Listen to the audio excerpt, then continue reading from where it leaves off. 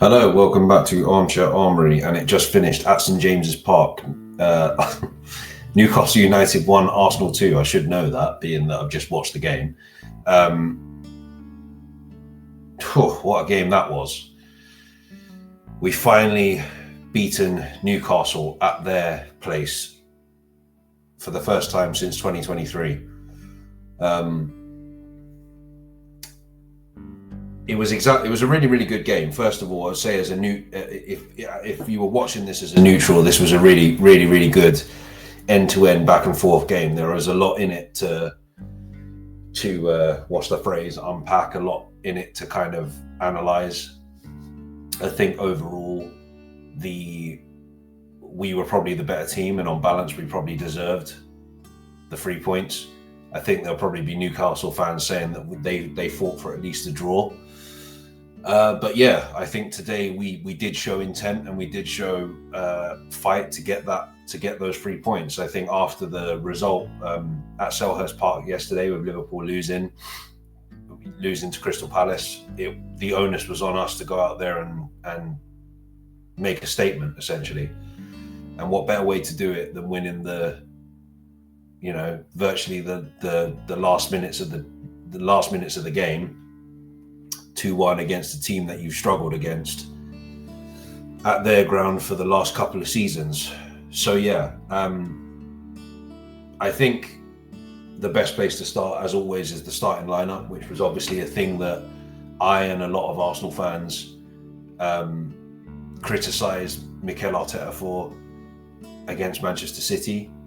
It was a slightly different lineup. There wasn't the dreaded Merino, Zubimendi, Rice lineup midfield. Trossard did start again on the left. Mosquera came in for Saliba, but the midfield was Rice, Zubimendi, and Eze. So we had a little bit of that creativity in the midfield. I was expecting something along those lines. I actually thought that Eze might start this game, but I thought he would start on the left and Ødegaard would come back in. Ødegaard was on the bench, and Ødegaard did come on later in the game.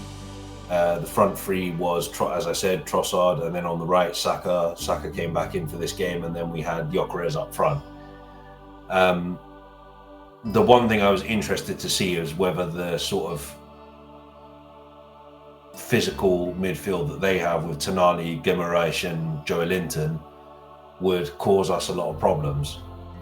And to be fair, I think Zubimendi, Rice and Eze, then Ødegaard later on and Merino later on, actually dealt with them pretty well. I don't think it was like how it has been in the past, where they've completely run us ragged in the midfield. You think about that first season that Bruno Guimaraes came in at Newcastle, when we were going for top four, and they absolutely destroyed us in the midfield. You think about last season in the Carabao Cup, they absolutely destroyed us in that midfield, especially at St James's Park. So I'd say it was a bit more of an even game midfield battle-wise than it has been in previous seasons. But as I said, I think on balance we were the better team. I think they had one chance. Well, they had a few half chances throughout the game. They weren't that great until they scored in the first half. So we were putting a lot of pressure on them. There was a shot from Eze that Pope saved. There was another shot from Saka that I believe Pope saved, and it was looking like Pope was going to have one of his greatest games that I've ever seen him play for Newcastle.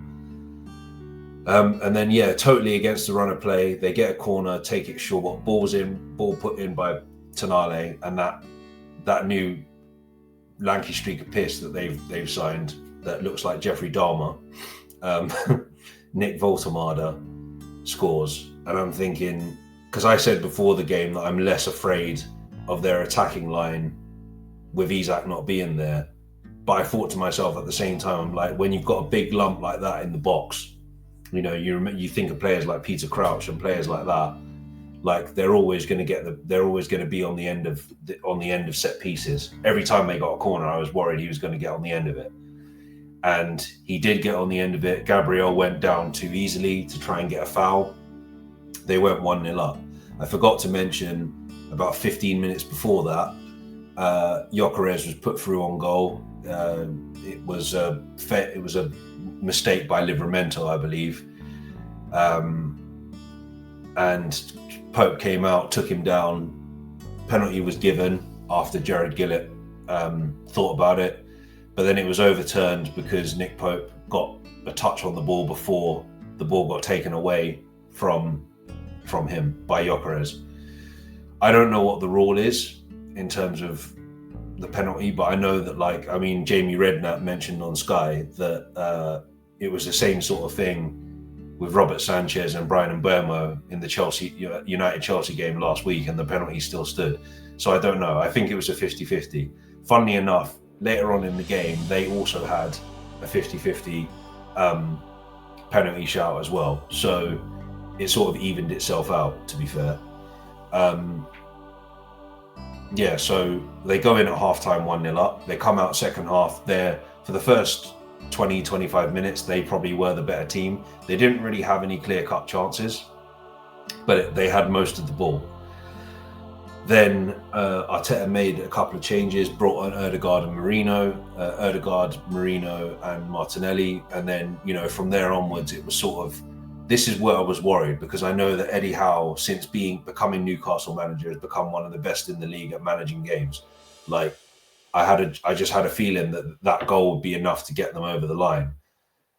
But then when I saw the players that were coming on, I thought, because I was sort of a little bit, what's the word? Not crestfallen. Well, that is probably what I mean, but I don't want to use it because everyone's been using that word lately. I was just a bit sort of deflated. I thought, yeah, Newcastle are just going to do what they normally do. They're just going to go out there and they're going to manage the game really well and get over the line with a 1-0 win. And, despite the fact Liverpool lost, we haven't gained any ground on them.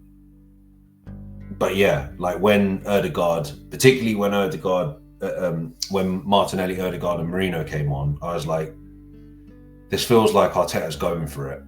This feels like he's taking a risk and he's going for it. And it paid off, Merino scores the equaliser, really good header to get above Botman, I think it was, that was marking him. And then, 96th minute, corner comes in from Ødegaard, and a free header because all of the players and Nick Pope went to one area for Gabriel. And I know that there'll be one Newcastle fan in particular that I'll see on Tuesday. Well, I don't know if he's in the office tomorrow, but when I see him on Tuesday, he probably will just say, you beat us on 2 set pieces. Doesn't matter, mate. A goal's a goal. So... But then I think 10 minutes before we scored the winner, the eventual winner, Elanga was on the pitch at this point. Anthony Elanga was running through on goal on that left-hand side, or that right-hand side, I should say. And then he goes to cross in the ball, and it looks like the ball has hit Gabriel in the arm, and they're just about to give... they go to check it for a penalty. But again, it was a similar sort of thing where it sort of bounced off both Elanga and Gabriel on their legs and then bounced up and hit Gabriel on the arm. So technically, you could say he hasn't put his arm up to block the ball in any way, shape or form. But then on another hand, it's so tight that you could say that he did. So again, it was a 50-50 one that sort of evened itself out after the one on with Gyökeres and Pope in the first half. But yeah, I thought we played really well today in general. I think, as I say, I think we deserved the result. It was about time that we got a positive result at their place. Even if we drew the game, it would have been disappointing, but at least it was one better than we did last season. Remember, in the context of our record against Newcastle over the past couple of seasons, the last 2 times we've been there, in fact 3 times we've been there because we lost to them 2 times we've been there, we've lost. So yeah, it was an improvement. But the fact to get out of there with 3 points, and now we've narrowed down because of the result at Palace yesterday with Liverpool.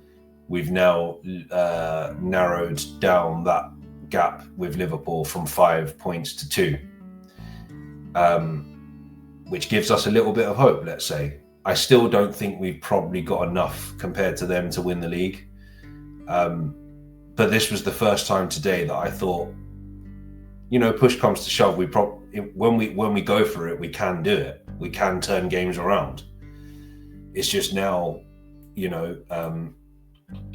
pushing on and trying to go again. They've got Chelsea next, which won't be easy. I know Chelsea lost to Brighton yesterday, but it won't be easy. It definitely won't be easy. Where is it? At Stamford Bridge. So yeah, it won't be an easy game, regardless of the fact that Chelsea seem a bit inconsistent at the moment. Then we've got West Ham at home, who have just changed managers, so that could go either way. That could be new manager bounce, or basically what happened when we played Nottingham Forest when Ange took over from Nuno Espirito Santo, who incidentally is now the West Ham manager. So that could change. So yeah, it's all to play for. Still a lot to go. We're only 6 games in now, I believe. Yeah, 6 games in. 4 or 5 games time, we'll have a better idea of where we're going across the board, not just Arsenal. But yeah, good win. Very pleased that we finally managed to beat those Geordies.